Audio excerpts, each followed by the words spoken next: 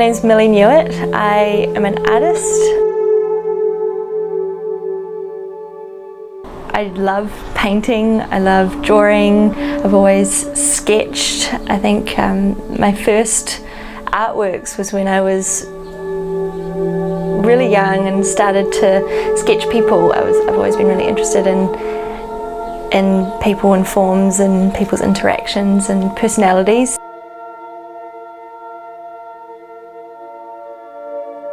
So the story of Wings to Fly, I was living with my good friend Tara at the time, and she was working for Downtown Tauranga and Tuscany Agency, and they wanted an artist to paint this wall in the city centre, and they asked me.